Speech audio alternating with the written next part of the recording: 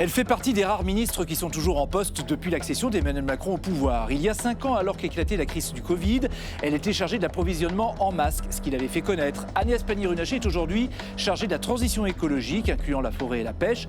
Mais l'écologie est-elle toujours une priorité avec l'actuel gouvernement? Nous allons en parler. Agnès Pannier-Runacher est l'invitée de LCP, l'indice et politique de ce 17 février 2025.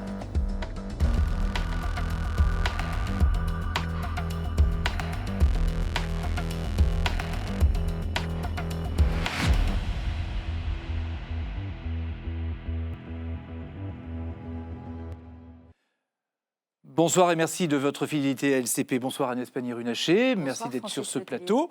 Et pour vous interroger, à mes côtés, Gaël Mac de Challenge, qui est partenaire de l'émission. Bonsoir Gaël. Bonsoir Clément Méric de LCP. Bonsoir. Ici, vous êtes chez vous. Bonsoir Julie-Marie Lecomte de France Info.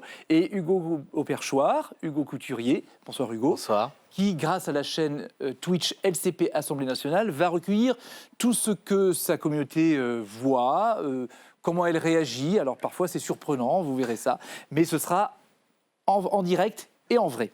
Avec vous, Agnès Pannier-Runacher, nous allons parler de l'offensive de la droite pour revenir sur certaines mesures environnementales, notamment à l'occasion de la loi d'orientation agricole qui touche à sa fin, le débat au Sénat, de la remise en cause de certaines taxes liées à l'environnement, dans un monde où l'écologie est parfois devenue un mot repoussoir, notamment dans l'Amérique de Donald Trump, pas seulement, sujet sur lequel vous échangerez tout à l'heure avec Cléa Chakraverty, rédactrice en chef adjointe de la revue Socialterre.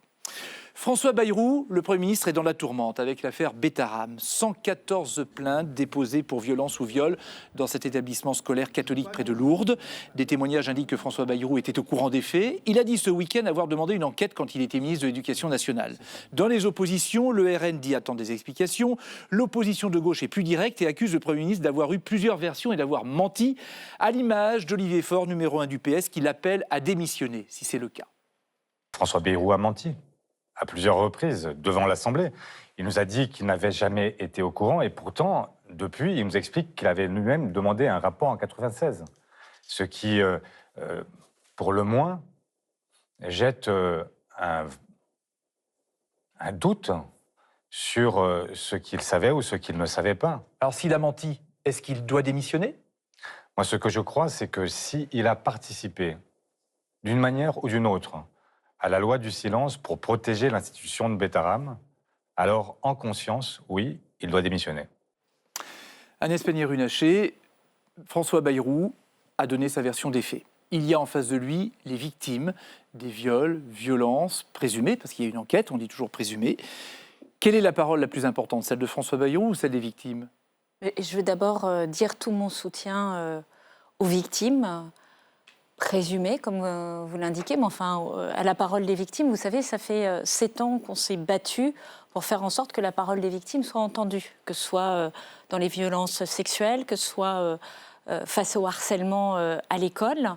Et ça fait 7 ans qu'on a renforcé nos dispositifs, ce gouvernement et ces gouvernements derrière Emmanuel Macron, pour avoir une réponse policière, judiciaire et surtout humaine face à cela. Et moi, je veux remercier et saluer le Premier ministre qui d'abord a indiqué qu'il allait renforcer les moyens de la justice sur cette enquête et qui a reçu le représentant des victimes. Je comprends que la conversation a été très longue et que... Est-ce que ça va suffire ? Est-ce que vous pensez que la parole de François Bayrou, qui dit à la représentation nationale, à l'Assemblée nationale par exemple, qu'il n'était pas au courant des faits, puis après il y a une autre version, il avait quand même ouvert une enquête quand il était à la tête du département, fait demander l'ouverture d'une enquête. Je crois que surtout les victimes aujourd'hui, elles attendent une réponse judiciaire. Et c'est ça qui est important. Et le Premier ministre est engagé dans cela.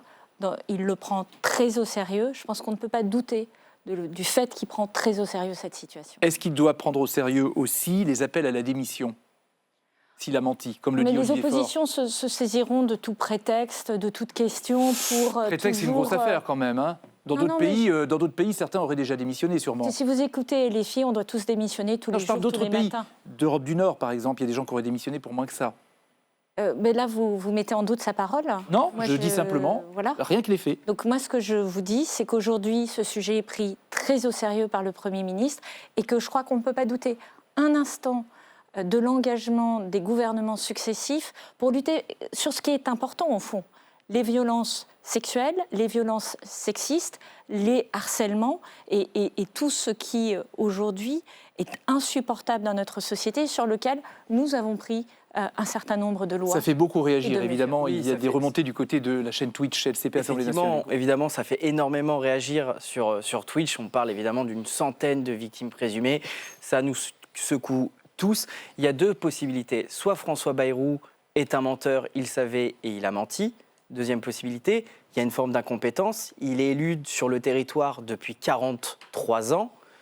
Il y a eu des remontées pendant plusieurs années. Il y a l'article 40 où il est censé dénoncer des faits. Sa femme était dans l'établissement. Incompétence ou mensonge ? Mais je crois que c'est ni l'un ni l'autre. Enfin, pardon. Je crois qu'il faut écouter ce qu'il a à dire sur une affaire qui remonte à 30 ans en arrière. Vous avez raison de le souligner. Et surtout dire qu'aujourd'hui, il est à l'action sur ce sujet-là. Il est à l'action sur... c'est aujourd'hui qu'il est Premier ministre. Ça ne date pas de il y a 3 ans, 4 ans, 5 ans. Donc, soyons très clairs. François Bayrou est dans son rôle de Premier ministre en prenant très au sérieux cette affaire.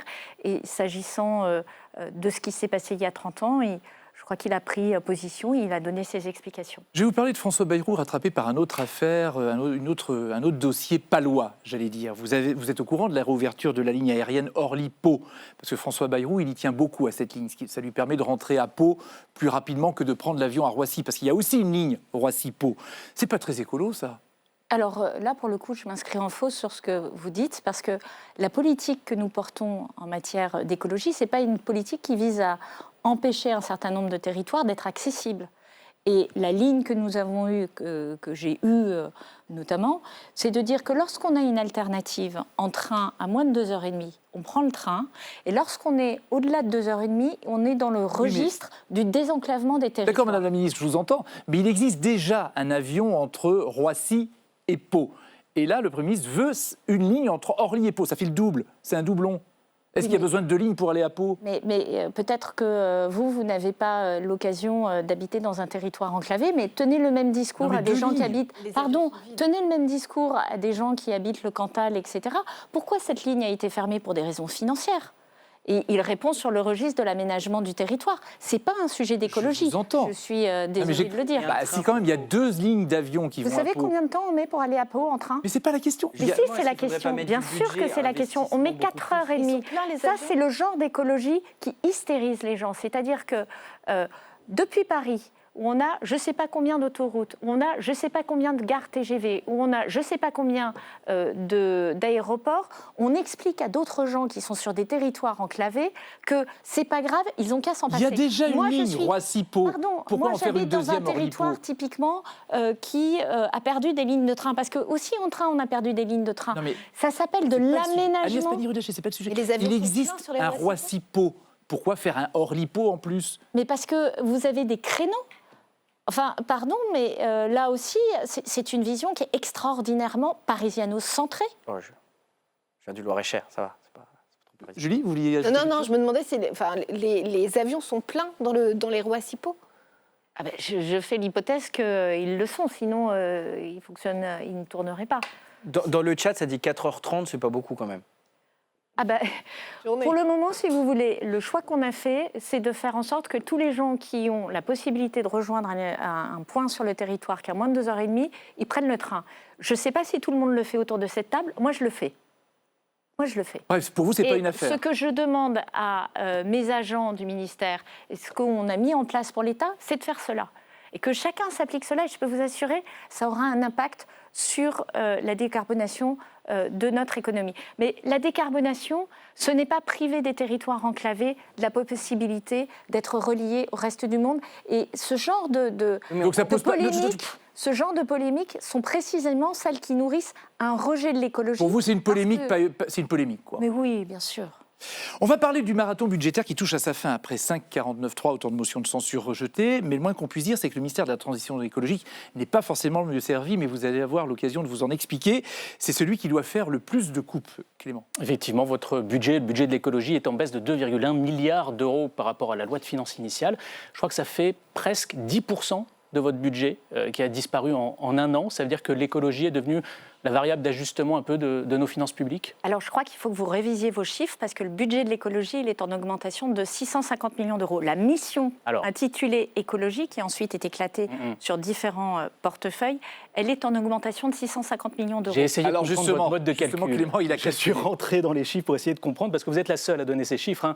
Des journaux économiques, notamment les Échos, Oui, mais parce que vous sont ne sur tenez pas en 2,1 compte milliards. des transferts qui sont liés, mais peu importe, le détail a été Si, J'ai parfaitement cru comprendre, en fait. établi. Vous intégrez dans votre calcul les 4,6 milliards d'euros qui vont aider les producteurs d'énergie renouvelable. Là, c'est dans le à budget de la compenser- mission écologie. Voilà, il s'agit de compenser le manque à gagner de ces producteurs d'énergie renouvelable, Tout à fait. parce que les prix du marché sont descendus très bas. On est d'accord que ces 4,6 milliards d'euros ne vont rien financer de nouveau en matière de transition écologique. Vous avez parfaitement raison, c'est pour ça que j'ai toujours dit deux Et vous- choses. Vous Deux les choses. intégrez dans le budget de l'écologie. Parce que c'est le budget de l'écologie.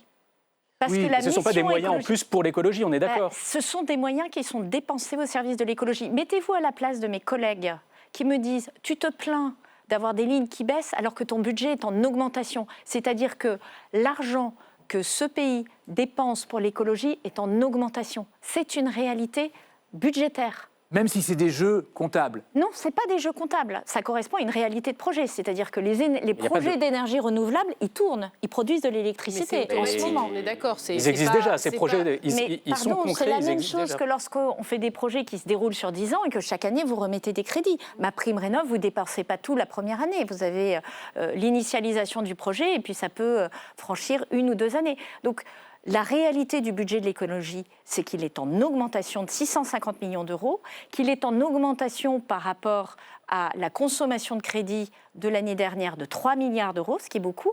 Et néanmoins, moi j'ai une frustration parce que autant j'ai pu sauver un certain nombre d'enveloppes, voire les augmenter de manière massive. Je pense au fonds chaleur qui est à son niveau le plus haut historique. Je pense au fonds pour l'adaptation au changement climatique qui intègre le fonds Barnier qui est en augmentation de 40%. Ça, c'est des victoires que je suis allée chercher. Mais d'un autre côté, il y a des enveloppes sur lesquelles des efforts considérables sont faits. Je vous en donne l'exemple le plus évident. C'est celui de l'électrification des véhicules. En gros, c'est le bonus pour les voitures électriques. Et là, si on regarde les chiffres, c'est un recul, c'est une division par 3 du Et budget. ça, vous donc le regrettez, c'est une considérable. frustration. 1 milliard d'euros C'est en frustrant. moins Tout à fait. pour l'électrification, 1 milliard en moins aussi pour ma prime rénov', 1 milliard Non, ça c'est faux. 350 Ma pour le prime fonds vert. rénov', là encore, attention, parce que ma prime rénov', vous êtes à un niveau de budget qui est un des plus hauts de l'histoire de ce pays. 2,3. C'était 3,1 milliards l'an dernier, on Non. est passé à 2,1. Désolée, ce n'est pas vrai. Avec Vous les avez décidément annulations des de chiffres crédits différents de toute la presse.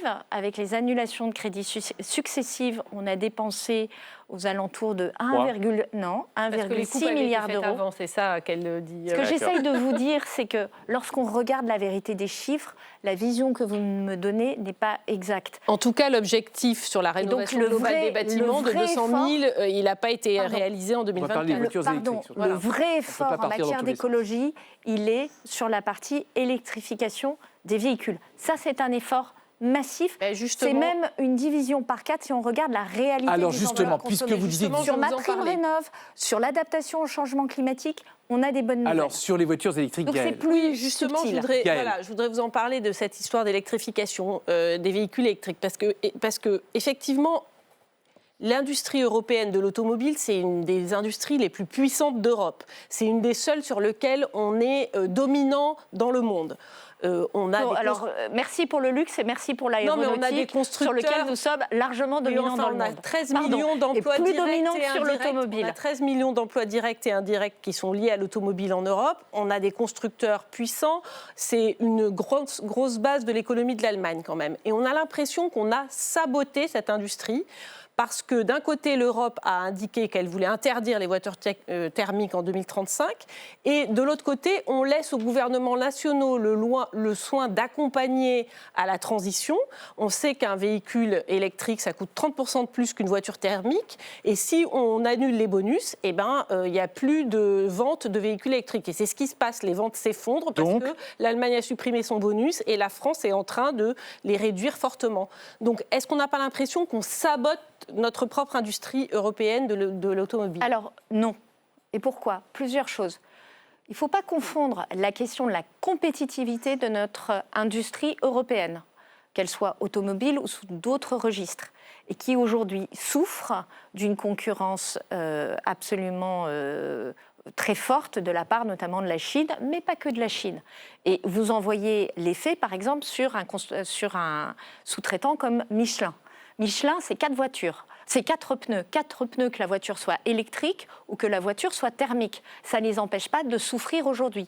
Et ils souffrent, et ils vous expliquent pourquoi. Parce que les impôts ne sont pas les mêmes en Europe que dans le reste du monde, parce que nos réglementations sont souvent plus exigeantes. Et ils appellent de leur vœu une politique industrielle qui soit beaucoup plus offensive, et en particulier qui lutte contre le dumping d'un certain nombre de pays.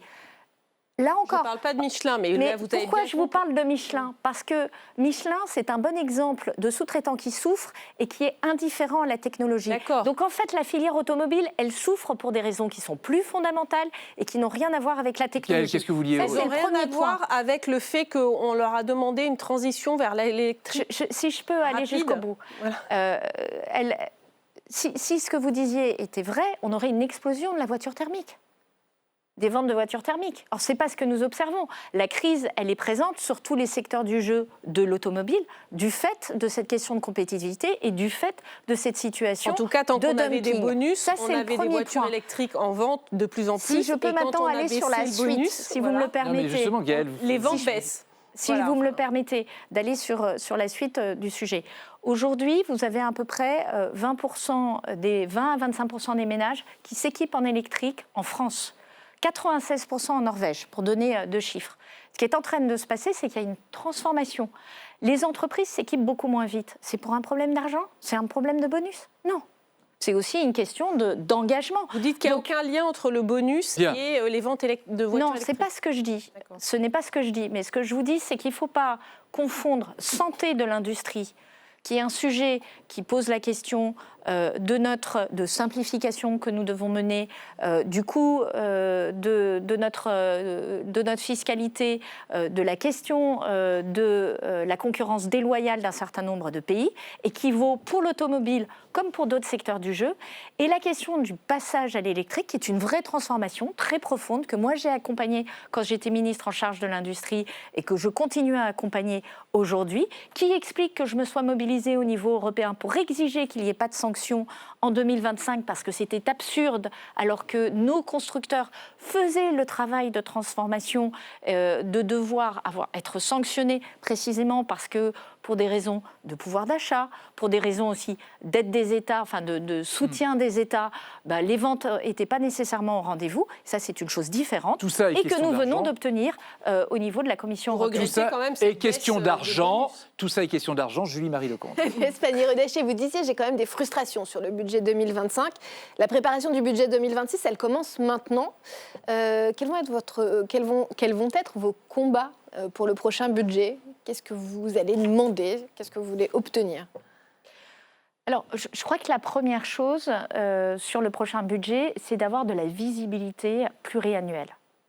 Je reprends ce qui s'est passé l'année dernière, en 2024. En 2024, on augmente et on obtient une augmentation du budget de 10 milliards d'euros en autorisation d'engagement, 7 milliards d'euros, peu importe, une grosse augmentation de plusieurs milliards d'euros. Et je me souviens avoir dit à cette époque à la Première ministre en disant « c'est très bien, c'est formidable, on va pouvoir travailler. Je voudrais juste être sûre qu'on ne va pas nous prendre des crédits chemin faisant, parce que rien de pire que le stop and go. » C'est à l'époque où vous pensiez que les ça gouvernements étaient stables. Oui. Et effectivement, c'était début janvier.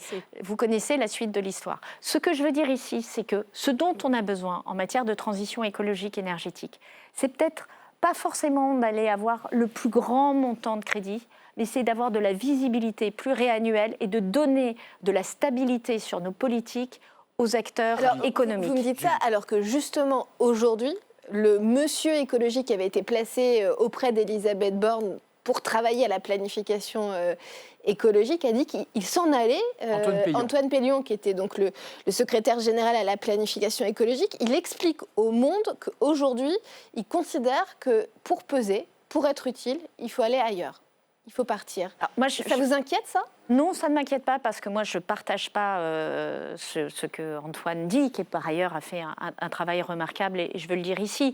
Mais d'abord, on ne quitte pas le bateau au moment des combats ou peut-être on a des intentions de développement personnel et je peux très bien le comprendre qu'au bout de 3 ans, et des années aussi à partir de ce secrétariat général. Pardon, il y a aussi beaucoup de gens qui sont là et qui travaillent et moi j'ai des réunions hebdomadaires, mes équipes ont des réunions hebdomadaires avec le secrétariat général de la planification écologique. Surtout ce que je veux dire très simplement, c'est que la planification écologique, elle se poursuit. Le programme national d'adaptation au changement climatique, il sort début mars. La programmation pluriannuelle de l'énergie, elle sort en juin. Restons sur Antoine Peillon. Restons sur Antoine Peillon. Vous ne percevez pas comme un symptôme, Agnès Pannier-Runacher? Est-ce que ce n'est pas le symptôme du fait qu'aujourd'hui, l'écologie intéresse tellement peu le gouvernement et si peu au centre des préoccupations que c'est plus très intéressant de travailler sur ces thématiques-là? Moi, je vous donne un chiffre. Nous sommes un des rares budgets qui augmentons dans le budget. Donc, alors on peut dire c'est mécanique, c'est ceci. Oui, mais enfin c'est matériel en fait. Donc l'année prochaine, c'est beaucoup d'argent. la même chose. C'est beaucoup d'argent. Deuxièmement, aujourd'hui, lorsque vous regardez, vous ouvrez la radio, il n'y a pas une journée où on ne parle pas d'écologie. Quand vous parlez de qualité de l'eau, quand vous parlez de qualité de l'air, quand vous parlez de ZAN, de tous ces choses-là, il n'y a pas une journée où on en parle. Je voudrais vous demander, sur Antoine Peillon, on va y rester. Il était quand même chargé, comme le disait Julie, de la transition écologique auprès des premiers ministres qui se sont succédés. Elisabeth Borne, Gabriel Attal, Michel Barnier, il s'en va quand François Bayrou est là. C'est quand même un signal politique. Alors, je rappelle qu'il y a des équipes qui sont chargées de la transition écologique auprès des premiers ministres. Je pense que notamment à Michel Barnier, qui avait un pôle vert qui était différent du secrétariat général. Est-ce que le départ général d'Antoine Peillon, c'est un coup dur ? Non, alors là, franchement, c'est quand même assez fascinant le fait qu'il y a des gens, on a l'impression qu'on peut les remplacer comme ça, et puis il y en a d'autres, il serait absolument indispensable à porter une politique. C'est un symbole. C'est un symbole, c'est aussi un jeune homme qui est peut-être ambitieux et qui a d'autres objectifs dans la vie. Enfin, je veux dire, à un moment, faut remettre les choses en perspective. Pardon, mais il y a une ministre de la Transition écologique qui est au travail. Elle a plus de 20 000 fonctionnaires sous ses ordres qui sont au travail. Juste une chose. Elle a un certain nombre d'opérateurs. Vous espérez que le poste général, si je vais jusqu'au bout de la planification écologique, qui est au boulot, et elle a un pôle vert qui est auprès du Premier ministre. Donc, attention à ne pas trop personnaliser les choses. Il y a trop de monde, en fait, il faut simplifier. Non, je ne dis pas ça, je dis que beaucoup de gens sont au travail. Regardez ce qui s'est passé à Bercy avec le fait que ce sujet est tellement important qu'ils ont jugé nécessaire d'ajouter des personnes pour travailler sur l'écologie. Juste une dernière question. Ça montre bien que c'est central. Juste une dernière question là-dessus. Vous souhaitez que le poste d'Antoine Peillon soit maintenu ? Oui, mais et qu'il soit remplacé. De toute façon, il y a déjà un intérimaire qui est en place avec qui on travaille, donc je vous rassure. Le poste ne sera pas supprimé. Ça va très bien se passer. Le poste ne sera pas supprimé. La fonction ne sera pas supprimée, non. Concilier écologie et économie, écologie et agriculture, c'est toujours compliqué, notamment, on le disait tout à l'heure, au Sénat, où la droite est majoritaire. Julie, parce que les sénateurs, là, sont attendus au tournant dans les heures qui viennent, j'allais dire. Oui, les sénateurs vont procéder au vote solennel de la loi agricole. Demain, il y aura une commission mixte paritaire dans la foulée. Est-ce que le texte vous convient en l'état? Parce qu'il est très critiqué, notamment par les écolos, qui considèrent qu'on est sur des reculs incroyables. Et d'ailleurs, en fait, même l'entourage du rapporteur du texte dit c'est génial, on n'a jamais autant reculé sur l'écologie depuis 10 ans. Non, il ne me convient pas en l'état. D'ailleurs, il ne correspond pas aux positions vous voulez qu'il évolue du gouvernement. Et si je puis me permettre, ça va être une CMP... un commission mixte paritaire qui va être délicate, puisqu'il va falloir concilier une version qui sort de l'Assemblée nationale, qui est écrite très différemment de la version qui sort du Sénat. Donc il va falloir faire des compromis. Qu'est-ce que vous voulez comme réécriture ? Il va falloir des compromis. Il y a plusieurs choses. Il y a une loi, c'est pas fait pour évoquer des choses de manière très générique et qui ne fonctionnent pas. C'est très bien de dire qu'il n'y a pas de principe. Moi, j'ai soutenu l'idée d'inscrire dans la loi, puisque j'avais en charge, aux côtés de Marc Fesneau, l'agriculture il y a quelques mois, le principe de souveraineté alimentaire comme étant un objectif primordial pour nous. Ça a une valeur juridique. Mais dire le principe de non-régression de la souveraineté alimentaire, franchement, l'application juridique de ça, parce qu'une Si loi, je vous entends bien, c'est pas un catalogue de bonnes intentions, ça a une traduction juridique. Ça peut donner lieu à des contentieux assez absurdes. si je vous entends bien, vous souhaitez donc que la commission mixte paritaire ne soit pas conclusive après-demain. C'est pas du tout ce que je vous dis. J'essaie de vous faire... Non, je ne vous On dis pas revient ça. sur la version Je vous des dis sénateurs. juste qu'il y a un certain nombre de points sur Donc, à lesquels ce il y a point-là, manifestement des progrès à faire. L'assouplissement de la réglementation sur les haies, par exemple, ça, il faut revenir dessus aussi. Alors, l'assouplissement de la réglementation sur les haies, sur ce sujet-là, je rappelle que c'était une proposition initialement qui venait du gouvernement et sur lequel nous répondions à quelque chose qui était Plutôt de très l'agriculture. objectif, c'est-à-dire... Qui venait plutôt de l'agriculture. Non, parce que moi j'ai une cohérence entre l'écologie et l'agriculture qui est parfaite. Je n'ai pas changé de position en changeant de portefeuille. Voilà. Donc, qu'est-ce qui ne va pas dans ce texte pour vous Ce qui ne va pas, vous avez en particulier un sujet qui est autour des installations classées, où en fait on a tout écrasé notre législation des installations classées. Est-ce que, juste pour les Attendez, on laisse finir. spectateurs, les installations classées Les installations classées... Les sites industriels. En fait, pas que industriels, ça peut être des les sites grands d'élevage, élevages.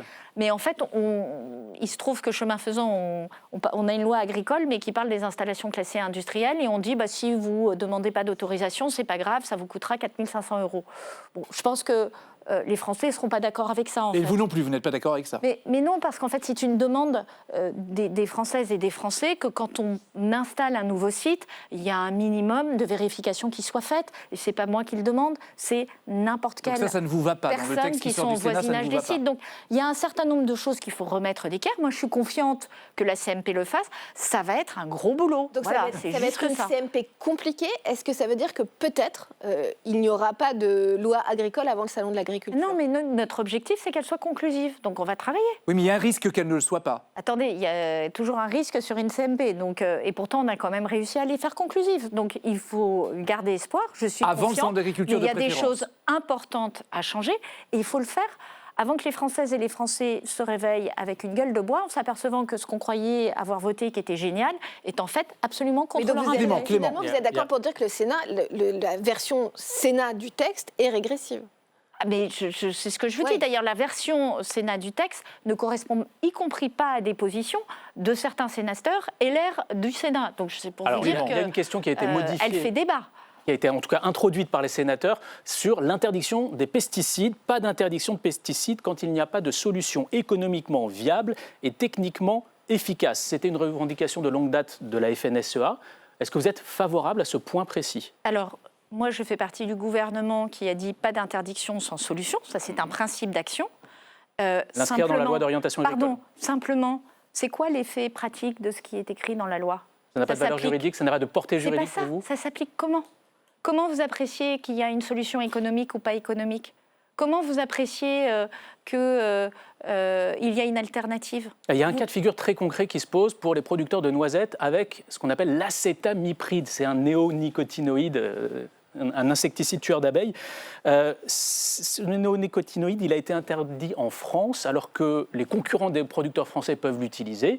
Il y a une loi qui a été adoptée par les sénateurs pour réintroduire ce néonicotinoïde, parce qu'il n'y a pas d'alternative, d'après les producteurs de noisettes. Est-ce que vous êtes favorable à cette loi? Moi, j'ai tenu une position constante sur la réintroduction de l'acétamipride. Je suis contre la réintroduction de l'acétamipride. Il y a des Et alternatives pour vous à Et l'acétamipride? je m'en explique. La première chose, c'est que l'acétamipride, ce n'est pas seulement un néonicotinoïde, c'est-à-dire un tueur d'abeilles, c'est aussi un neurotoxique du développement. Donc un neurotoxique du développement, c'est pas exactement une molécule chimique totalement indifférente. Sur les humains, vous voulez dire? Tout à fait. Non, mais Avec des ok. conséquences qui peuvent se voir. Sinon, on ne l'aurait pas qualifié de tel. Deuxième élément, ce neurotoxique du développement, il peut se retrouver lorsqu'il est appliqué dans l'eau potable. Parce que, suivant la manière, ça s'insère dans les terres, etc. Vous ne la retrouvez pas sur la noisette à la fin. Pourquoi vous ne la retrouvez pas sur la noisette? Parce que la noisette a une coque. Donc, ce que vous mangez, vous, n'a pas de résidus. Donc, il ne faut pas dire ce qu'on importe serait mauvais pour la consommation des Françaises et des Français. Non, le sujet ne se trouve pas là. Donc, sinon, on aurait C'est une votre attitude position différente. personnelle ou c'est la position du gouvernement que vous venez de nous Je rappelle que le gouvernement a porté au Sénat un amendement de suppression sur l'acétamipride. Je veux juste préciser deux choses, pardon, jusqu'au bout. C'est le seul cas. Ce phytosanitaire, c'est le seul cas où la législation française va au-delà de la législation européenne. Le seul.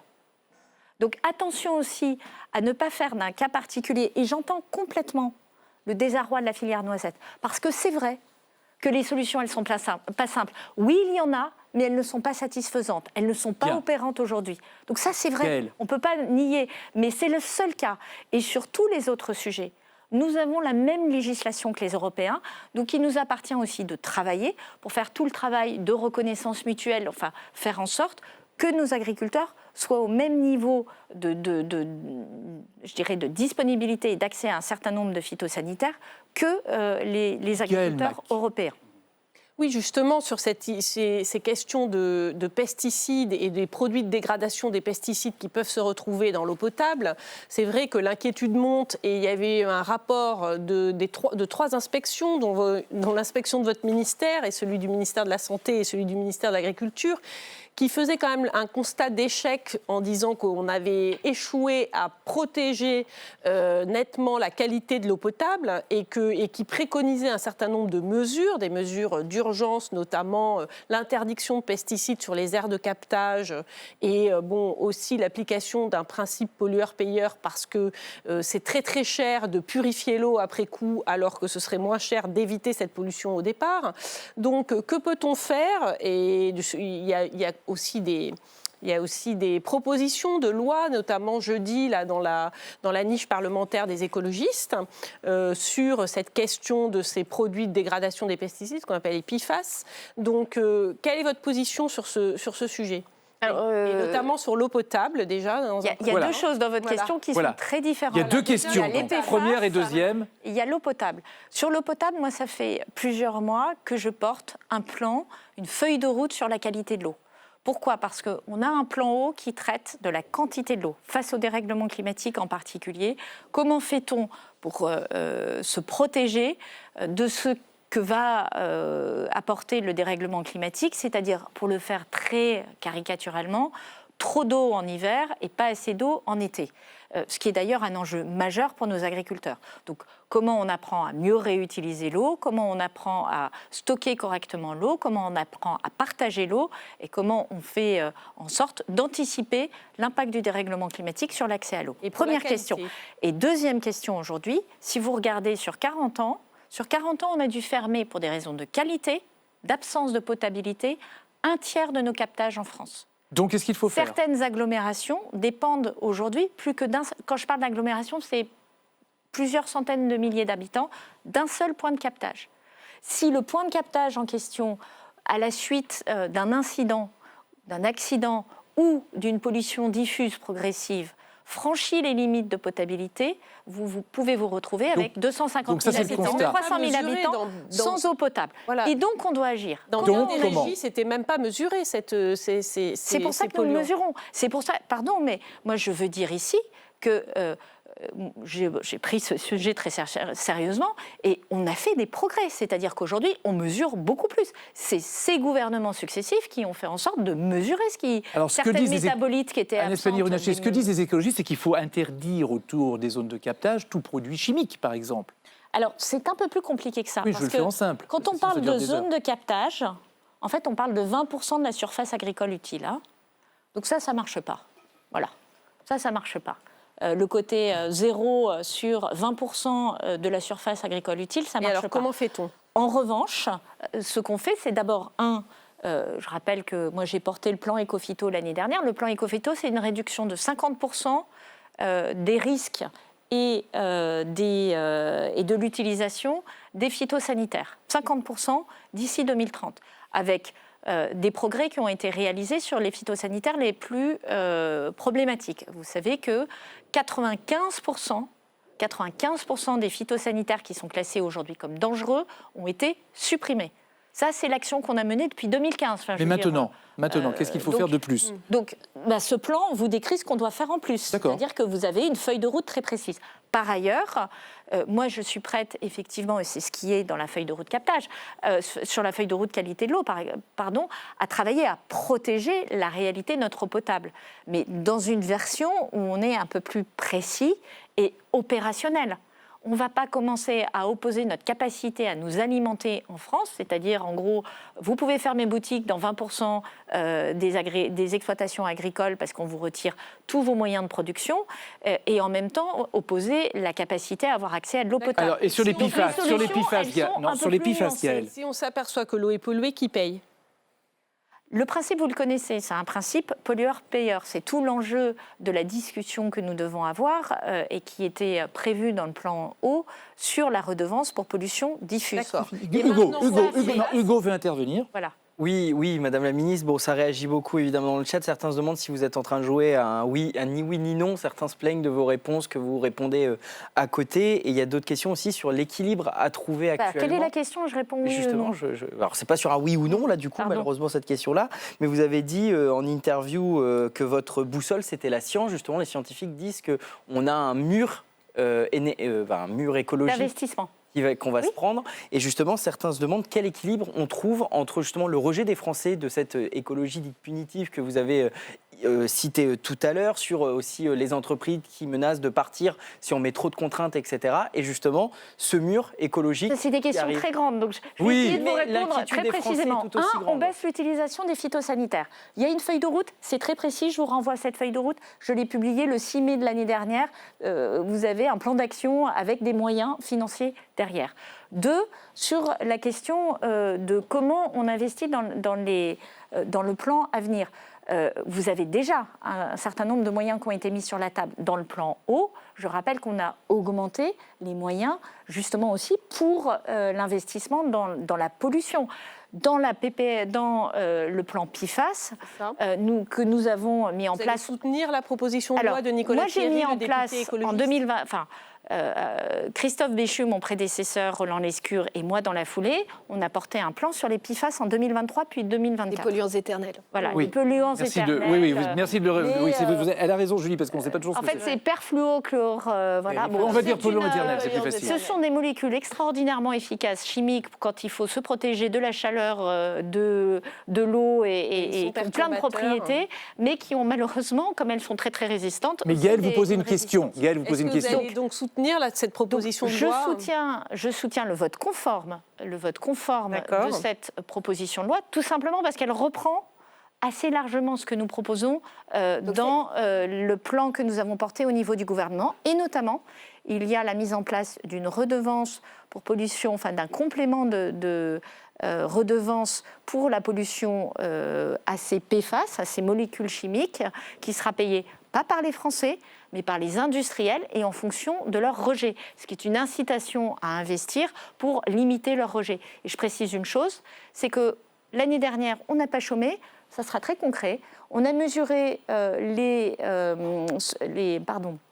rejets dans les eaux de 2900 sites industriels. On en a recensé 200 qui étaient problématiques et les 200 se sont vus imposer des normes et sont en train de limiter leur rejet. Oui. Il y a juste un petit sujet sur les poêles anti-adhésives envers les ustensiles de cuisine. Elles font pas partie de cette proposition de loi et ça pose question parce qu'effectivement, ça contient de ces fameux polluants éternels et c'est vraiment un usage quotidien des Français. Alors là aussi, ma boussole, c'est la science. 2 éléments de réponse. Premier élément de réponse, ce qu'on sait aujourd'hui, parce que, attention, il y a plus de 5000 molécules qui rangent sous cette grande ombrelle des PFAS.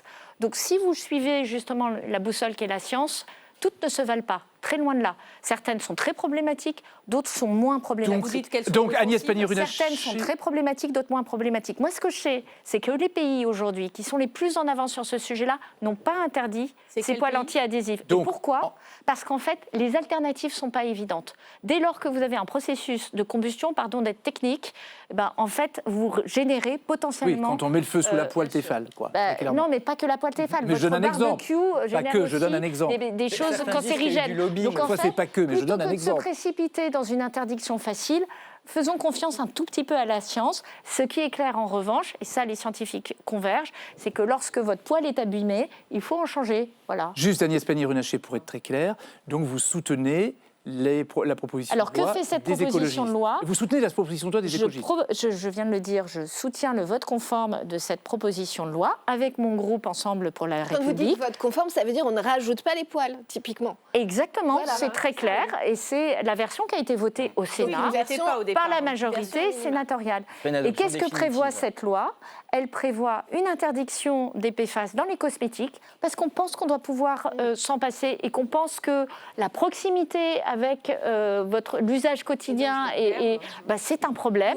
Alors, et on interdit aussi dans le textile parce que la On proximité... va c'est parler également maintenant très de fort. l'environnement qui fait partie Et du qu'on a choix. des alternatives. Et l'environnement, ce sont des choix politiques, Clément.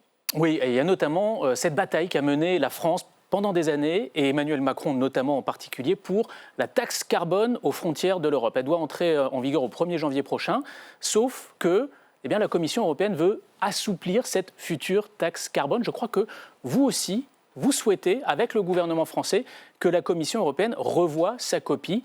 Pourquoi revenir en arrière comme ça sur un combat de la France qui date de plusieurs années? Alors, il y a deux choses. On ne revient pas sur le principe, on revient sur la manière de mettre en œuvre. Encore une fois, écologie, ce n'est pas synonyme de bureaucratie.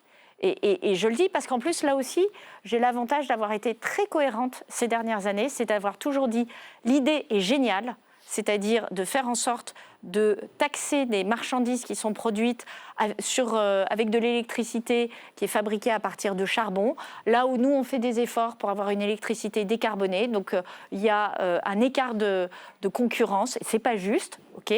Mais derrière ça, il faut que ce soit opérationnel. Et ce dont on s'aperçoit, et je l'avais déjà dit il y a 5 ans, c'est qu'il faudra être très attentif à ce que ça ne donne pas lieu à des justifications dans tous les sens qui soient insoutenables pour les industriels, que deuxièmement, ça ne donne pas lieu à ce qu'on appelle des fuites de carbone, c'est-à-dire que les pays étrangers puissent tricher et, par exemple, se prévaloir de produire leurs marchandises qu'avec 3 panneaux photovoltaïques qu'ils auront mis sur le toit de l'usine et juste la partie qu'ils envoient en Europe est produite avec de l'électricité verte et pour le reste, ils utilisent du charbon. Ça ne marche Clément. pas.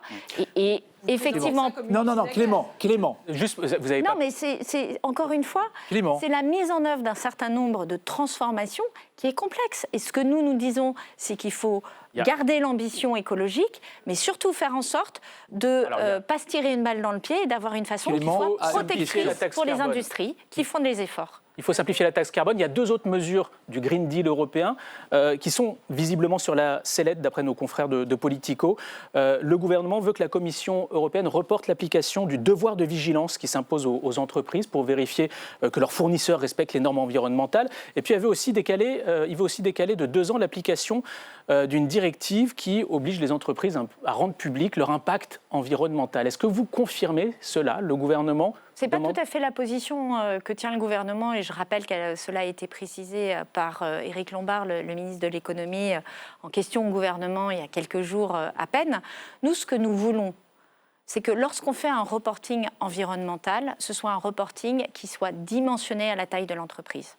Et donc, première chose, c'est qu'on reconnaisse la catégorie, et ça aussi je l'ai porté quand j'étais en charge du Conseil compétitivité il y a 3 ans d'ailleurs maintenant au niveau de l'Union européenne, présidente de ce Conseil compétitivité, c'est reconnaître la catégorie des entreprises de taille intermédiaire. On ne peut pas considérer qu'une entreprise qui fait 250 millions d'euros de chiffre d'affaires, ce qui peut paraître gros peut-être par rapport à une PME, ce qui en réalité est ridicule par rapport à une entreprise du CAC 40 qui fait des dizaines de milliards de chiffre d'affaires, soit gréée et autant d'équipes pour faire le même niveau de reporting qu'un Total et un LVMH. Julie. Donc il faut bien différencier les deux. Et je rappelle que ce dont il est question, c'est de dire sur 12 000 points de contrôle, 12 000 points de contrôle, si oui ou non il est applicable à votre entreprise sur toutes les géographies, y compris des endroits où vous avez 5 personnes qui font du commercial. Julie. C'est compliqué. Est-ce que vous vous sentez bien, Agnès Pannier-Runacher, au sein du gouvernement ? Moi, je me sens très bien dans mon portefeuille. Je ne partage pas Est-ce que vous tout ce que portent Moi, mes je me demandais collègues. si vous ne vous sentiez pas isolé. On parlait tout à l'heure des pesticides. Annie Genevard, la ministre de l'Agriculture, défend la réintroduction pour que certains agriculteurs puissent survivre. Vous êtes plutôt contre, Non, je ne dis pas que je suis contre, je me permets de redire la position. Dit Marie Lecomte, je me permets de redire la position du gouvernement, celle qui vient du Premier ministre, c'est contre la réintroduction de l'acétamipride. Voilà, nous avons porté un amendement. On avance, le temps passe vite. Suppression. Le temps passe vite. Le discours sur la suppression des agences, par exemple, est-ce qu'il vous gêne L'ADEME, l'ANSES, Mais c'est plutôt un discours qui est porté, je crois, par les Républicains. Qui sont au gouvernement. Ils sont dans le socle commun, les Républicains. Oui, alors on va se dire les choses très franchement. Nous sommes une coalition. Et dont vous avez besoin quand nous sommes une coalition, mais nous ne sommes pas d'accord. d'accord sur tout. Et j'ai autant besoin des socialistes que des Républicains. Nous sommes une coalition, nous ne sommes pas une alliance. Moi, je reconnais que j'ai des points de dissension majeurs avec certains membres du gouvernement. C'est la vie, c'est pas grave, on avance ensemble. Quand Manuel Valls dit rouvrons le débat sur l'exploitation des hydrocarbures au large de la Guyane, par exemple. Alors, c'est très intéressant ce que vous dites là, parce que vous avez des élus de gauche qui portent ça. Vous avez des élus de gauche qui portent ça, donc on voit que ça dépend des conditions de température et de pression. Moi, ma position, elle est claire, c'est que la Guyane, elle a besoin de développement. Elle a besoin de développement. Mais je ne pense pas que ce développement passe par les hydrocarbures. Autant il y a un potentiel très clair sur les minerais. Et c'est moi qui ai lancé l'inventaire avec le BRGM. C'était dans sa mission, dans le contrat d'objectifs et de performance qu'on a signé l'année dernière pour leur dire maintenant il faut vraiment savoir ce qu'il y a dans nos sous-sols et accepter de faire de la mine responsable. Non, c'est fini. C'est fini, on va parler d'autre chose. Hugo, c'est fini. C'est vous, c'est lui. Mais c'est ni l'un ni l'autre. Je veux dire, c'est une discussion. Vous avez compris que le pouvoir, il s'est déplacé au Parlement. Donc c'est le Parlement aujourd'hui qui tranche. Le Premier ministre qui a des positions lorsqu'il faut arbitrer, qui arbitre, mais à un moment, le Parlement est également en capacité d'aller plus loin que ce que propose le gouvernement. Agnès Pannier-Runacher, on a déjà eu des cas une question d'Hugo Couturier avant de recevoir notre invité, ça va très vite le temps. Oui, tout à fait. Dans mon chat, on a Valeur Anarchiste qui dit bon, en tout cas, on continue à aller droit dans le mur. Mes enfants vous remercient. C'est vrai que quand on entend vos propositions, on ne voit pas tellement qu'est-ce qui va faire qu'on va rester sous les 1,5 degré rapidement. Alors très rapidement, la France est un des pays qui a baissé ses émissions de gaz à effet de serre le plus rapidement ces dernières années. Je rappelle que nous respectons notre baisse des émissions de gaz à effet de serre. Au troisième trimestre 2024. Là. Certes, mais il n'empêche qu'on est toujours dans notre budget. Et ça, le gouvernement, les gouvernements successifs sous François Hollande ne peuvent pas le revendiquer. Nous avons même dû rattraper leur retard. Rappelez-vous le procès du siècle. C'est parce que nous avons rattrapé le retard qui a été réalisé entre 2012 et 2017 que ce procès s'éteint. Donc je me permets de le dire. Agnès Pannier-Runacher. Ceux qui nous disent qu'on n'a rien fait, on a fait 4 fois plus que nos prédécesseurs. Mais moi, j'invite tous ceux qui sont motivés à agir. Eh bien voilà, l'invitation est lancée. Agnès Pannier-Runacher, chacun prend ses responsabilités, c'est ce que vous voulez dire. On va recevoir maintenant l'invité qui va débattre face à vous, Cléa Chakraverty, rédactrice en chef adjointe de la revue Social Terre, dont le portrait est signé Marco Pommier. Face à vous, une journaliste franco-indienne que vous avez déjà croisée. Bonjour Madame la Ministre. Autrice, rédactrice adjointe du magazine Social Terre. À la une du dernier numéro, le grand complot écolo, zoom sur l'éco-complotisme, ces milieux qui agitent la menace d'une dictature climatique organisée par les élites et qui multiplient les fausses informations sur les catastrophes naturelles. Des méga-feux de Los Angeles à l'ouragan Milton en Floride, en passant par les inondations de Valence en Espagne. Une désinformation climatique qui gagnerait aussi la France. La vague est arrivée. Les discours anti-science, autrefois balayés comme des anomalies, ont désormais envahi les médias français, de la presse écrite à la télévision et radio. Selon la Fondation Jean Jaurès, 4 Français sur 10 adhèrent à des discours climato-sceptiques. Alors que faire face à la désinformation climatique et scientifique ? Ce soir, notre invité vous interpelle aussi sur le coût environnemental de l'intelligence artificielle. L'IA qui fonctionne grâce à des data centers, des centres de données géants très énergivores. Agnès Pannier-Runacher, vous militez pour une IA frugale, plus respectueuse de l'environnement. Autrement dit, faire plus avec moins. Mais est-ce possible ? Face à vous, Cléa Chakraverty. Et Cléa Chakraverty arrive sur le plateau. Bonsoir Cléa Chakraverty, je vous laisse saluer la ministre. Bonsoir.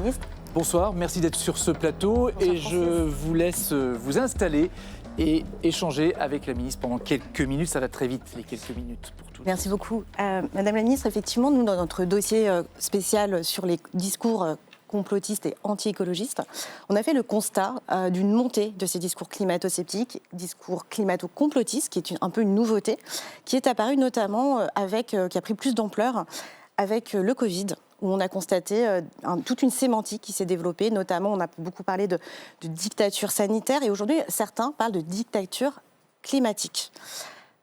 Ces histoires, ces récits complotistes ont été notamment relayés aujourd'hui, on le sait, par des personnalités comme Elon Musk, Donald Trump bien évidemment, à tel point qu'aujourd'hui on le voit sur le site gouvernemental de l'administration américaine, on ne trouve même plus mention par exemple du changement climatique. Comment on fait en France pour limiter sa percée de ces discours-là? On l'a entendu, c'est 4 Français sur 10 qui adhèrent à des énoncés climato-conspirationnistes, notamment anti-écolo. Qu'est-ce que vous proposez de faire? Alors, 2 choses. La première chose, c'est que moi, vous le savez, j'ai lancé une mission au niveau de mon ministère pour qu'on soit plus impactant sur un certain nombre de points. Et un des enjeux, très clairement, c'est de muscler notre communication, en particulier face à tout ce qui est attaque contre la science. Tout simplement rétablir les faits. Nous, on a, y compris dans mes opérateurs, Météo France, des météorologistes qui ont été attaqués. C'est un phénomène qui n'est pas propre à la France. En Espagne, certains ont même reçu des menaces de mort, il faut le savoir. Donc, il y a une notion de protection et de retour et de reformuler ce qu'est la réalité. La deuxième chose, c'est que ça ne suffit pas. Très loin de là. Justement, par exemple, ce dont on a besoin, c'est d'avoir un narratif positif. Il y a des leviers qui existent, qui sont proposés par certains, notamment certaines associations comme Quota Climat, que nous mentionnons. Face à cette désinformation, il y a des choses que vous pouvez faire, comme par exemple, ne serait-ce que rendre obligatoires les contrats climat, qui pour l'instant sont volontaires. Alors peut-être pour le rappeler, il s'agit d'une démarche volontaire pour les entreprises, pour informer le grand public sur leurs impacts sur l'environnement. Déjà, ça permettrait de savoir... Est-ce que c'est une bonne idée? Voilà, est-ce que c'est... Vous voyez, vous répondez à un besoin de réassurance et de narratif par une contrainte. Moi, je pense que ce dont on a besoin aujourd'hui, c'est de montrer à chacun qu'il n'est pas enfermé par rapport au dérèglement climatique. Sur quoi construisent ceux qui portent une vision complotiste? Ils construisent sur les peurs. Oui, c'est aussi la désinformation, vous êtes d'accord? Oui, mais ils construisent sur les peurs. Il n'y a que 18% d'entreprises aujourd'hui qui font cette déclaration. Donc ça veut dire qu'aujourd'hui, on peut penser qu'acheter un SUV, ce n'est pas problématique pour le climat. En fait, il y a 18% des entreprises, mais c'est les plus importantes et elles doivent peser 80% de l'économie. Est-ce qu'il faut donc du coup peut-être sanctionner? Et donc, si je peux aller jusqu'au bout, ce dont ont besoin les gens, moi, vous savez, je suis élue d'un territoire qui a une proportion de vote très fort pour le Rassemblement national. Et le Rassemblement national relaie un certain nombre de ces semi-vérités et notamment surfe sur l'idée que l'écologie est, je résume, un truc de bobo, d'habitants qui gagnent de l'argent dans les grandes villes. Et donc, qu'il n'est absolument pas fait pour la ruralité et qui est même fait contre les gens des classes populaires. Mais je pense qu'il faut d'abord dire la réalité. Ce sont les classes populaires qui sont les premières victimes du dérèglement climatique. C'est elles qui perdent leur maison. C'est elles qui ont des problèmes de qualité de l'air ou de qualité de l'alimentation. C'est elles qui ont des cancers là où les classes aisées peuvent se permettre. Je vais aller dans votre sens, Madame la Ministre. Du coup, est-ce qu'il faut par exemple inclure des volumes horaires dédiés aux enjeux écologiques pour parler justement à tout le monde, pour changer les narratifs, comme vous dites, et sanctionner la désinformation climatique? On l'entend dans certains médias. Dans les écoles, vous voulez dire? Dans les médias, dans la presse en général, sur les volumes horaires. Est-ce que c'est quelque chose, et pourquoi pas dans les écoles, universités? Mais je pense que... des personnalités qui sont très influentes, qu'on entend aujourd'hui tous les jours à la radio, à la télévision. La base de la communication, elle se fera pas par décret ou par arrêté, ou par loi. Donc plutôt des la base de la communication, c'est quelle est la manière dont vous racontez les choses qui permettent de réconcilier les Françaises et les Français avec ce qui est profondément l'écologie. Moi, j'ai été frappée de quelque chose quand j'ai fait campagne. J'ai fait 80 km de porte-à-porte à pied la dernière semaine. 80 km de porte-à-porte. Les gens vous disent « pique-pendre de l'écologie ». Et 2 minutes après, ils vous disent « non mais moi je suis un peu inquiète de la qualité de l'eau » ou « moi je veux être sûre qu'à la cantine mes enfants mangent bien » ou « moi je suis un peu inquiète de l'augmentation du nombre de cancers ». Et là vous leur dites « mais vous parlez d'écologie madame ». Vous parlez d'écologie, monsieur. Vous vouliez parler et voilà les réponses. Et pardon, et il faut apporter des réponses. Alors, nous, on ne parle pas de ce qu'il y a de positif dans les politiques dans les écologiques. dans les réponses, Manger mieux, boire mieux, respirer mieux. L'intelligence vous entend, artificielle, on en a beaucoup parlé, ça serait bien qu'on en parle. Vous avez parlé notamment de mobiliser cette IA, l'intelligence artificielle, au service de l'adaptation au changement climatique. Mais alors, quelque chose que je ne comprends pas très bien, c'est que vous parlez d'IA frugale, d'IA durable. Est-ce que c'est pas un petit peu renforcer cette désinformation scientifique dont on parle? L'IA, on le sait, est extrêmement énergivore, elle consomme énormément d'eau. Vous êtes favorable donc à tous les data centers qui sont prévu d'ouvrir? Est-ce que c'est quelque chose... Comment est-ce que vous pouvez parler d'IA frugale aujourd'hui? En fait, l'IA frugale, ça repose là aussi sur un... l'IA frugale? Alors, la ministre Vaury. L'IA frugale, ça repose là aussi sur un consensus scientifique, c'est-à-dire qu'il y a un travail qu'on a mené ces derniers mois pour préciser qu'est-ce qu'était le développement de l'intelligence artificielle qui consomme moins d'énergie, qui consomme moins d'eau, qui consomme moins de matières premières. Face à une évolution qui est inéluctable, qui est celle de l'intelligence artificielle, vous pouvez avoir des approches qui vous font économiser jusqu'à 10 fois l'utilisation d'énergie, d'eau ou de matières premières. C'est de cela qu'on parle. C'est qu'à partir du moment où un phénomène est lancé, mon objectif est de faire en sorte qu'on le développe en étant les plus efficaces et efficients possibles. Et bien sûr, oui, ça existe et ça repose sur un consensus scientifique. Excusez-moi, mais c'est quand même... En fait, on le sait aujourd'hui, ChatGPT, par exemple, une recherche ChatGPT, c'est 10 fois une recherche de Google. C'est pas de l'IA frugale. Si vous voulez ma réponse, c'est assez simple. Et vous avez un exemple de ça. Oui, mais c'est en termes d'émissions de CO2, c'est énorme. ChatGPT, c'est des milliards d'euros mobilisés pour apprendre au logiciel à fonctionner. Le chat, c'est beaucoup moins. Ce qui veut dire que le chat a été développé de manière beaucoup plus frugale que ChatGPT. Vous avez une réponse. Voilà, merci Kylian Chakraverty, merci Agnès Pannier-Runacher d'avoir échangé. Il y a deux visions différentes, c'était intéressant. Je me permets de vous offrir le magazine. Ah ben voilà, Socialterre, comme ça vous aurez un autre point de vue encore. Julie, Marie-Lecomte.